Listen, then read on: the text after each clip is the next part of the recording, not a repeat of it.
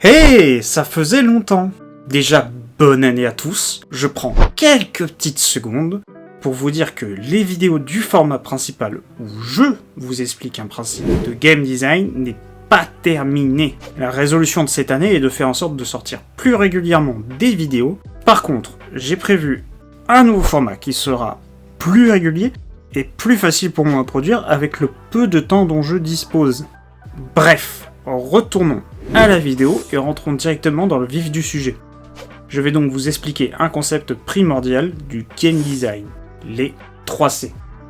Ces fameux 3C sont l'acronyme de contrôle, caméra, caractère. Commençons par la caméra. Ici, il s'agit de définir comment fonctionne votre caméra dans le jeu.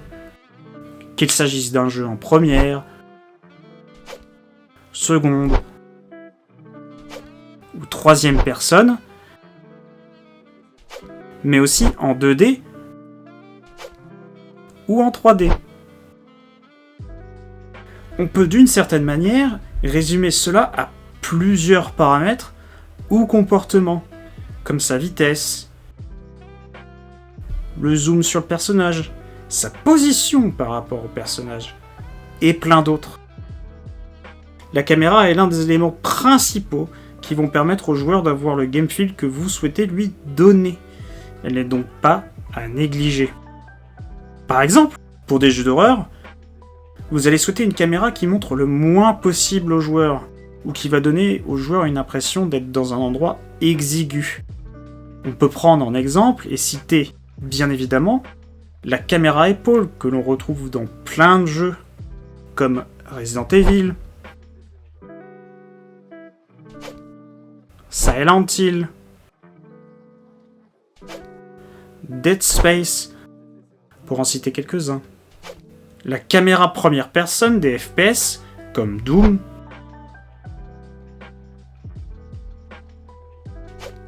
Call of Duty,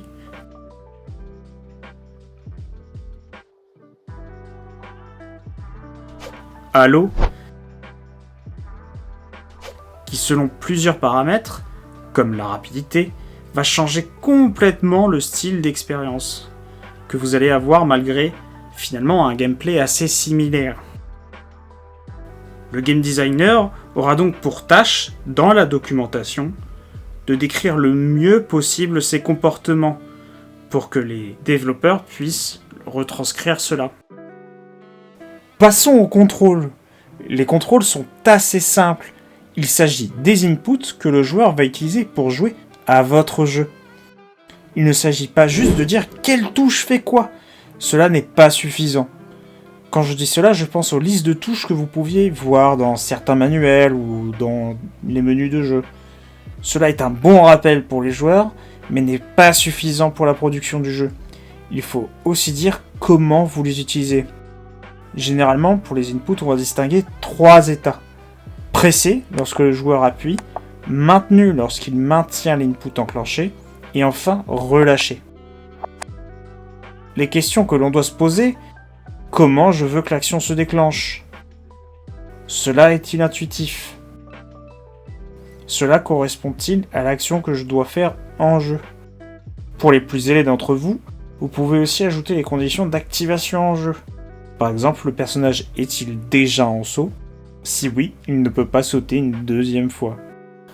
Pour un exemple plus commun, que tout le monde connaît, prenons Mario.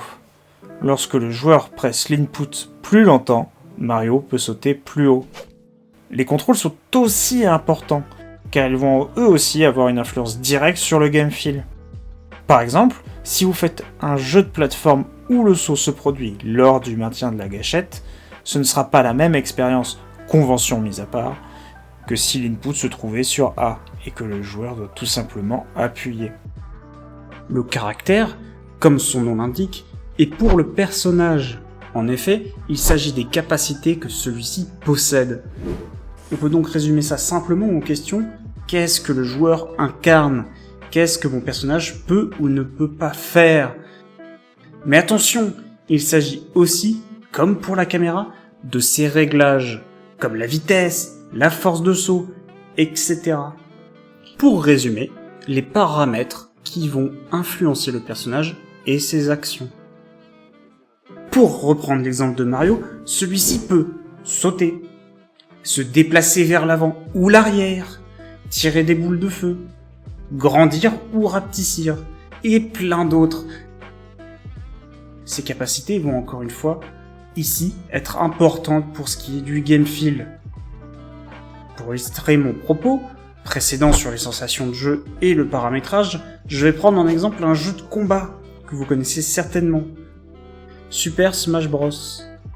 Malgré que les personnages aient plus ou moins les mêmes contrôles, certains personnages, comme Ganondorf, King K. Rool, vont tout de suite être ressentis comme lourds, à contrario de personnages comme Kirby ou Mewtwo. Chaque C est important vu qu'ils sont étroitement liés l'un à l'autre et vont être surtout dépendants de l'expérience que vous souhaitez donner aux joueurs. Ils sont primordiaux car si vous n'arrivez pas à avoir les trois bien réglés, même juste un, cela peut totalement pourrir l'expérience du joueur. Je pense que vous avez peut-être vu assez de vidéos de joueurs du grenier pour voir de quoi je parle. Je jure que ces deux personnages sont aussi utiles que la bite d'un pape. Batgirl déjà, c'est simplement impossible de jouer avec Batgirl. Alors c'est la plus rapide du jeu, ok, mais elle est complètement inutile au combat. Quel intérêt d'avoir un personnage qui court vite si c'est pour se faire péter la rondelle dès qu'on croise un ennemi? La caméra de ce jeu a été programmée par un singe. Je vois que ça comme explication, c'est pas possible. Je crois qu'en fait, il y a un programme qui détermine automatiquement quel est le plus mauvais endroit pour placer la caméra et qui s'y déplace à chaque fois. C'est juste misérable. Les enchaînements de combat sont irréalisables, simplement parce qu'il existe un délai monstrueux entre le moment où vous appuyez sur le bouton et le moment où le jeu effectue l'action. Mais moi, ce qui m'a le plus gonflé, c'est un détail, mais c'est que le bouton pour sauter n'est pas utilisable en combat. À chaque fois que tu as besoin de sauter, il faut passer en mode recherche, ou là, à l'inverse, tu peux plus taper. L'expérience que vous souhaitez donner se fera aussi par le réglage des 10 paramètres ou comportements. Donc, n'hésitez pas à essayer des modifications. On peut peut-être tomber sur de bonnes surprises et améliorer son jeu.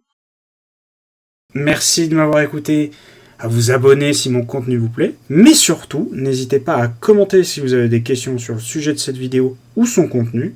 Je me ferai un plaisir de vous répondre. Je vous dis à bientôt pour une prochaine vidéo.